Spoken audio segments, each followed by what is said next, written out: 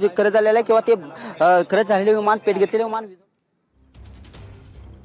अजित पवारांसह 6 जणांचा या विमान अपघातात मृत्यू झाल्याची माहिती समोर आली आहे। उपमुख्यमंत्री अजित पवारांसह 6 जणांचा मृत्यू या भीषण विमान अपघातात झालेला आहे।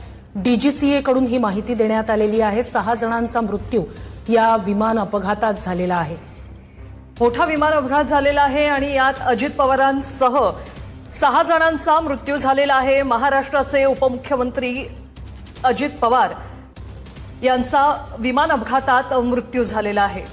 बारामतीत लँडिंग दरम्यान भीषण अपघात झाला। ते विमान कोसळलं, त्यानंतर या विमानानं पेट घेतलेला होता आणि यातच अजित पवारांसह 6 जणांचा मृत्यू झाल्याची माहिती डीजीसीए कडून देण्यात आली आहे।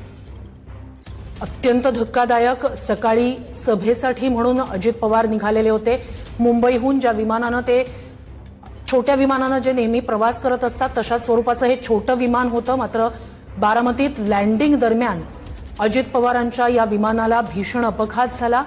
लँडिंग दरम्यान विमानतळा शेजारीच हे विमान